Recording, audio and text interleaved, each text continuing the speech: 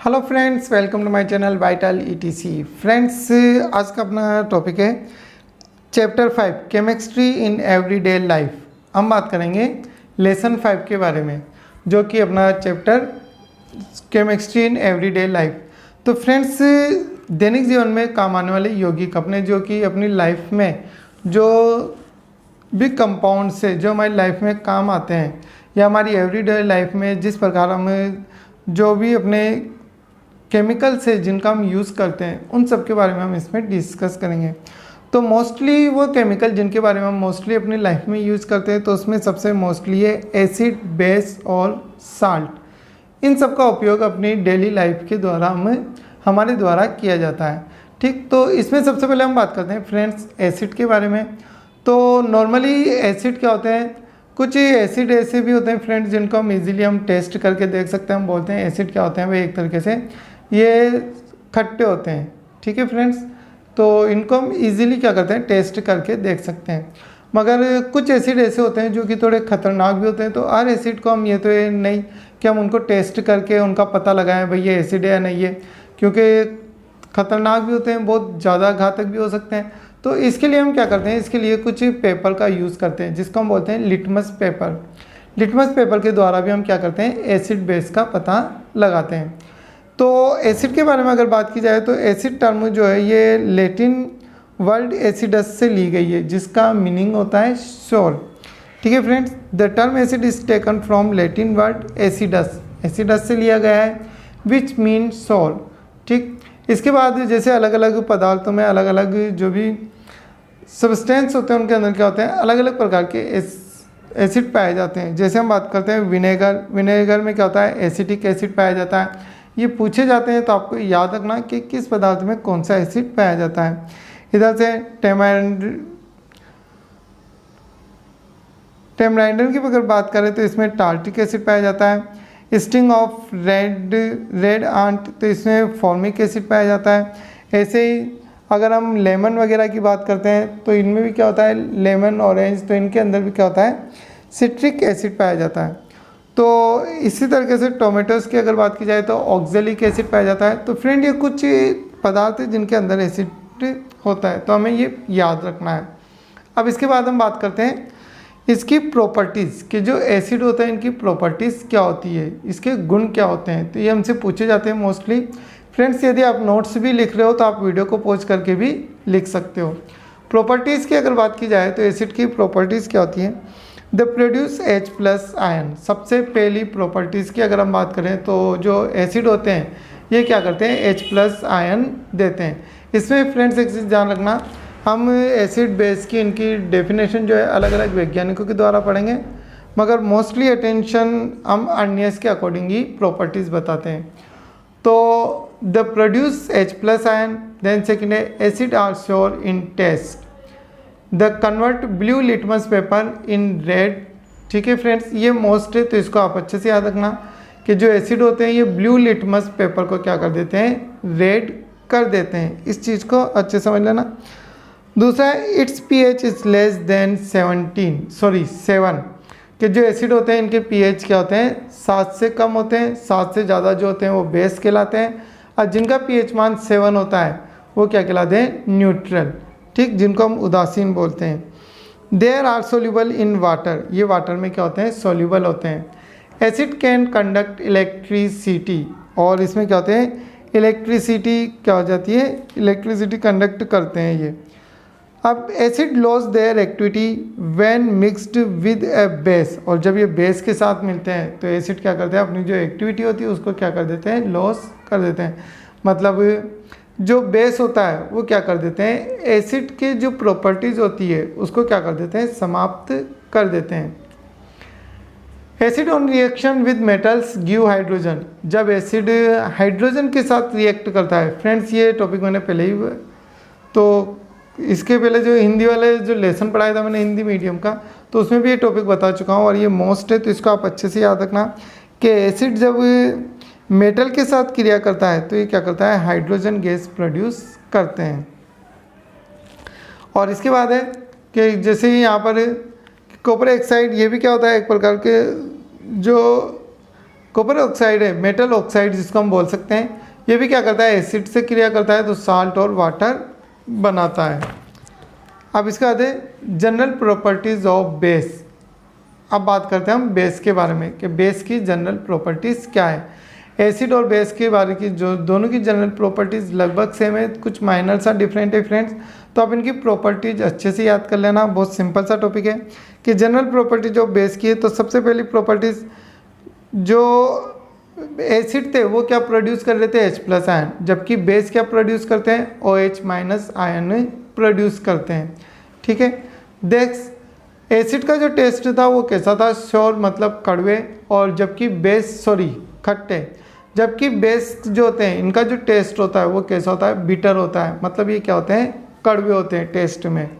ठीक, नेक्स्ट है the convert red litmus paper in blue, और ये रेड लिटमस पेपर को क्या कर देते हैं, ब्लू कर देते हैं।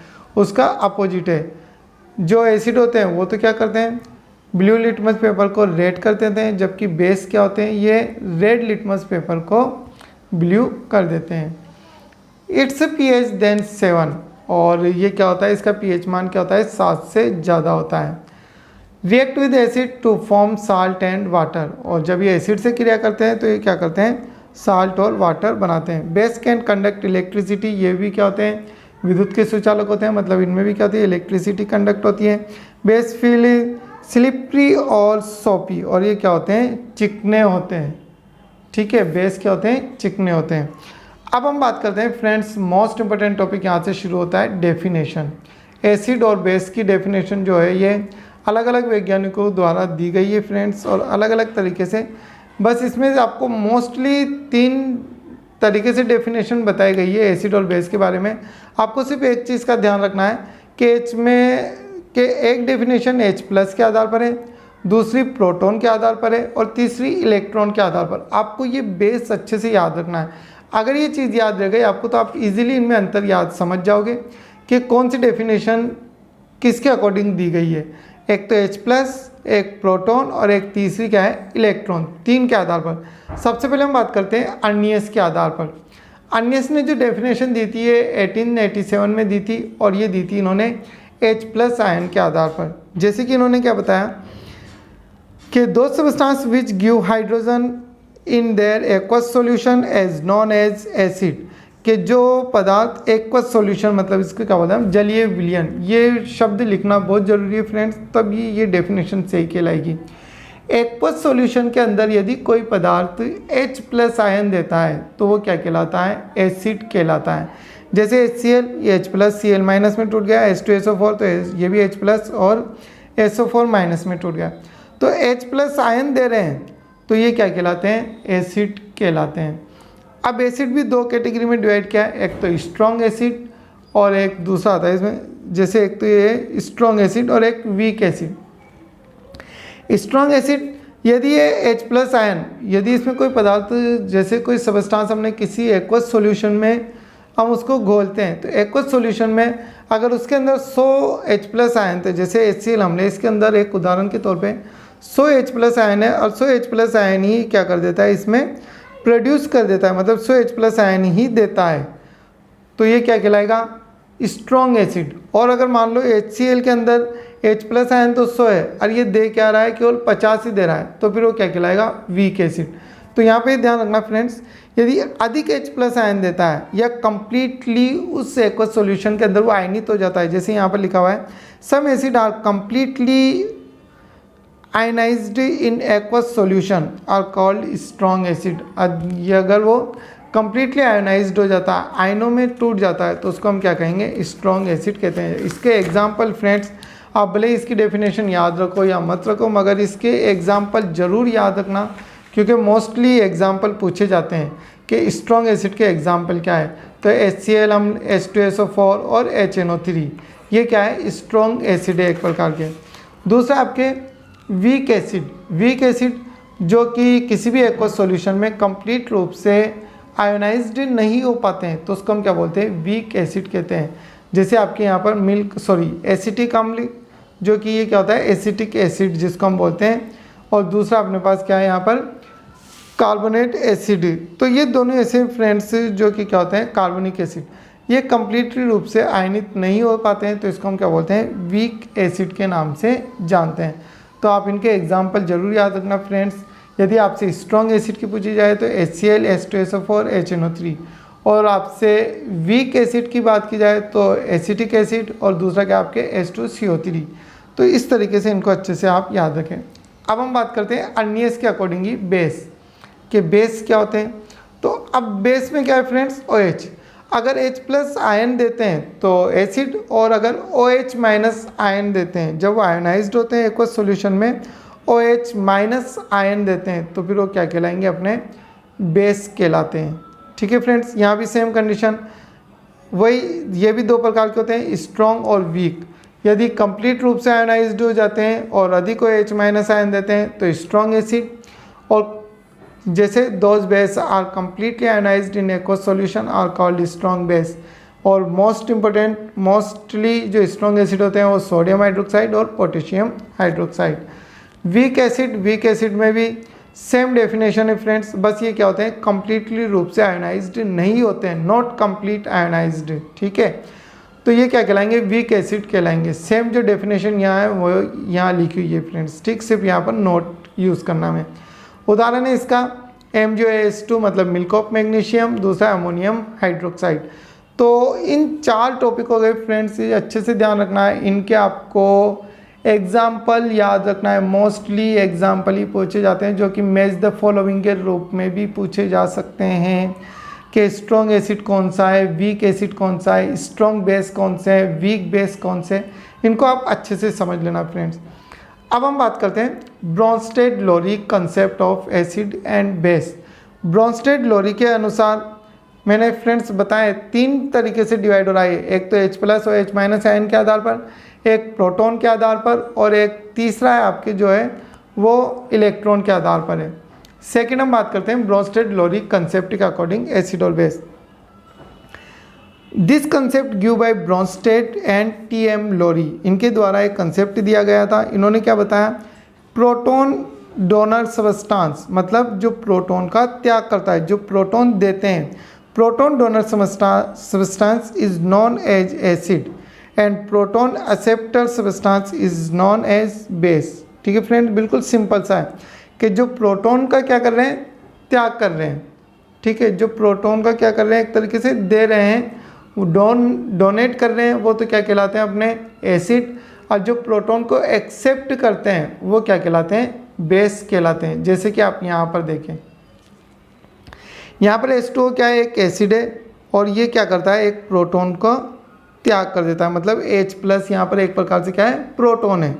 तो यहाँ पर ये क्या कर देता है, प्रोटॉन को त्याग कर देता है, प्रोटॉन बाहर निकाल देता है, तो सिर्फ क्या बचता है यहाँ पर OH।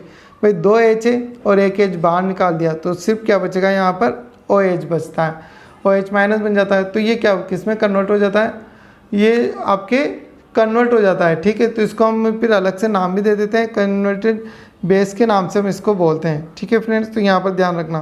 तो पहले तो ये एसिड था, बाद में किस में चेंज हो जाता है, बेस में चेंज हो जाता है। और जो एक्सेप्ट करते हैं, एक्सेप्टर होते हैं, ये क्या होते हैं अपने यहाँ पर क्या होते हैं, ये कहलाते हैं अपने बेस। तो इसका अच्छे से ध्यान रखना फ्रेंड्स आप डेफिनेशन। जैसे हम यहाँ पर ये जो चीज़ पूछी भी जाती है तो आप इसको लिख लेना।